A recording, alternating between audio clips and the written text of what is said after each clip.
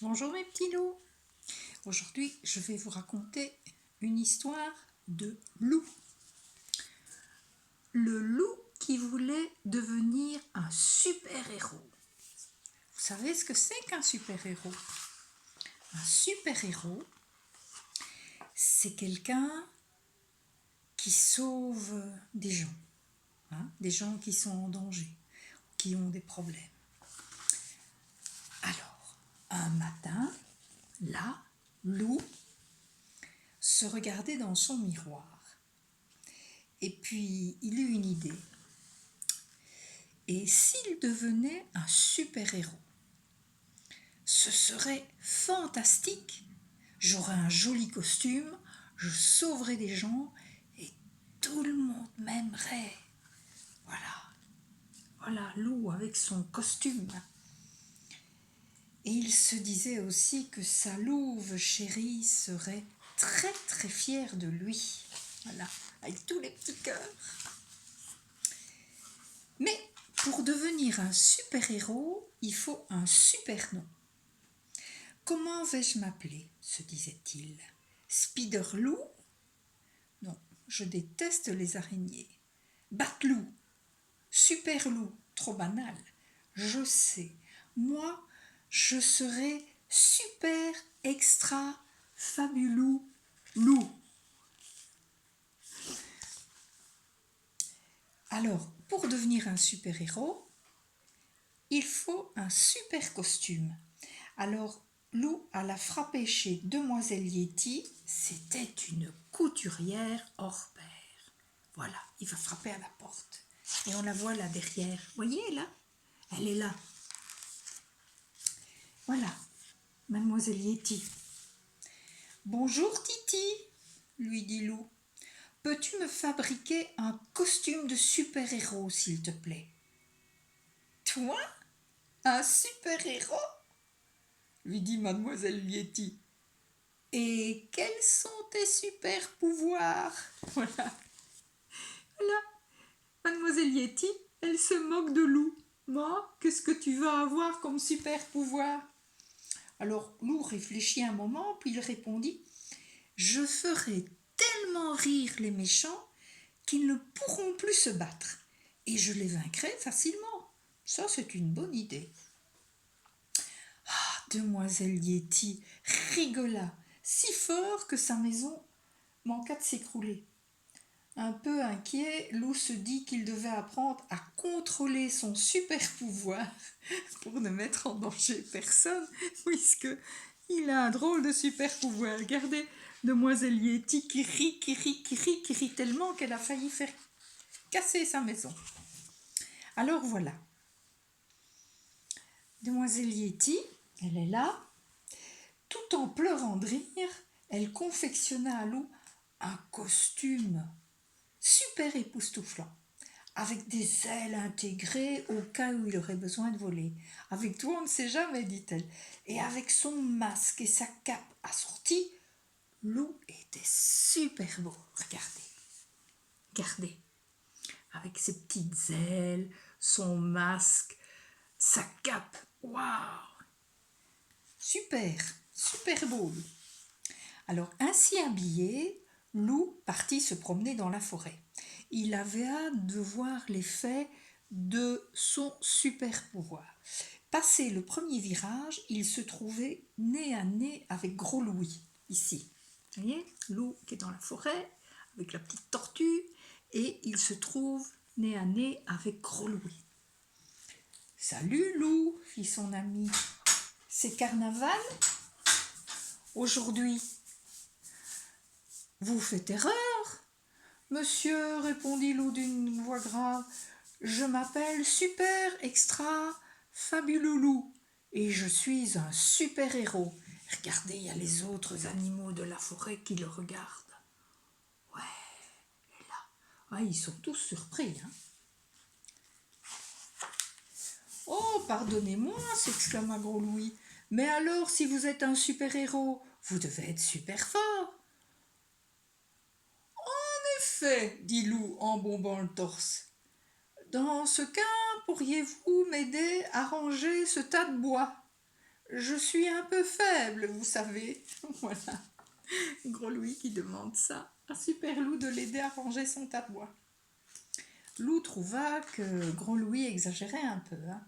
Mais il accomplit cette première mission avec succès. Donc il a aidé Gros Louis à ranger son bois. Et alors on voit le cerf là-bas qui regarde, hein, qui surveille. Mais pour être un super-héros, il faut quelqu'un à sauver.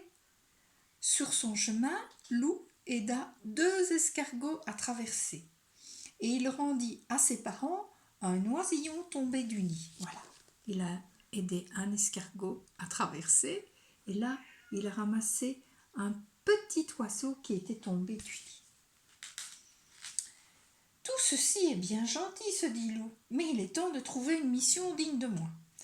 C'est à cet instant précis qu'il entendit des cris.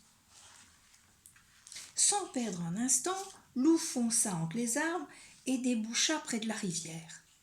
Louve et ses amis jouaient à la balle dans l'eau. « À moi !» criait Louve. Là, Louve qui est au milieu de l'eau. Voilà, qui joue avec ses amis. Ni une ni deux, Lou plongea et traîna sa louve chérie jusqu'au rivage. Là. « Qu'est-ce qui te prend, Lou ?» hurla-t-elle en recrachant de l'eau. « On s'amusait, c'est tout. »« Oh, désolée, Philou, je pensais que tu te noyais. » Oh ben oui, il a l'air un peu idiot, hein. En fait, elle criait à moi pour avoir le ballon. C'était pas au secours qu'elle appelait. Oh, Lou est un petit peu déçu quand même et honteux. Alors, il s'éclipsa rapidement. Ce n'était pas comme ça que Lou allait être épaté. Il devait se rattraper et faire un coup d'éclat. Oui, mais quoi? Levant les yeux vers le ciel, Lou aperçut alors Joshua. Le pauvre y était coincé tout en haut d'un arbre. « Tiens bon, Joshua, j'arrive !» lui cria Lou. « Regardez, Lou est là. Regardez dans l'arbre là. Il y a Joshua qui est là au-dessus. »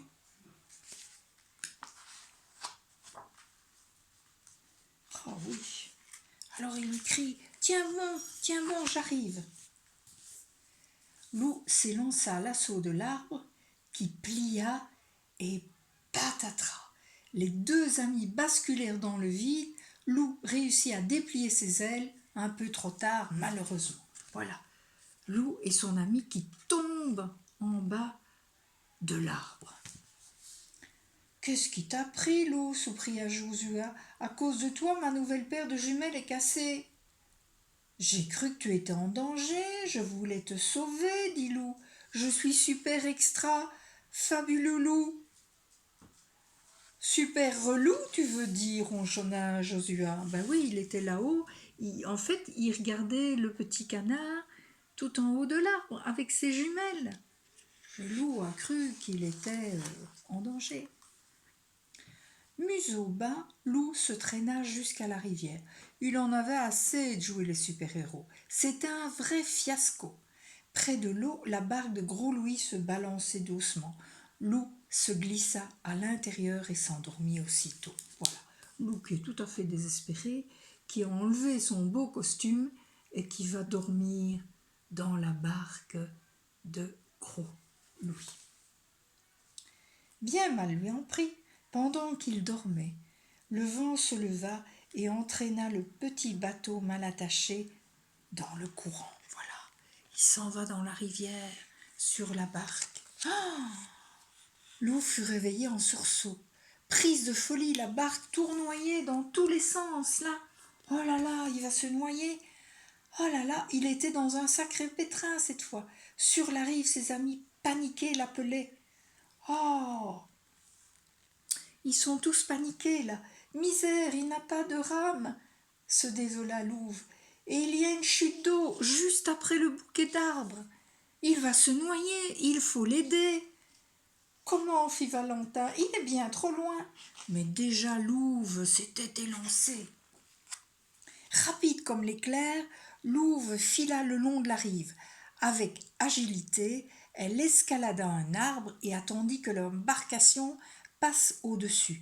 Et alors, elle se mit là et hop, elle tomba, elle se jeta dans la barque. « Mais que fais-tu ici ?» cria Loup ébahi. « Mais je viens te sauver, voyons !»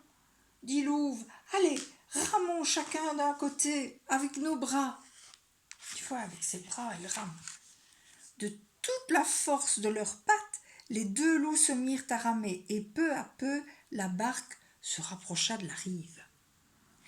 Et quand ils furent assez près, Valentin se précipita pour les aider à accoster. Ouf, ils étaient sains et saufs. Voilà, Valentin qui les aide à accoster. Tout penaud prit la patte de Louve. « Merci Louve, tu m'as sauvé.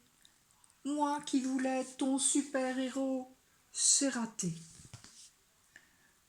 « Tu es mon héros à moi, c'est déjà bien assez, » dit Louve. « Et puis, je t'aime comme tu es, avec tous tes défauts et toutes tes qualités. » Voilà, voilà. C'est comme ça qu'on aime, avec les défauts et les qualités. Voilà, voilà. Eh ben, je pense que Loup, il n'aura plus envie d'être un super-héros. Il aura simplement envie d'être là pour ses amis. Hein? Voilà mes petits loulous. J'espère que cette petite histoire vous a plu. Moi, je vous fais un gros bisou. Et à bientôt.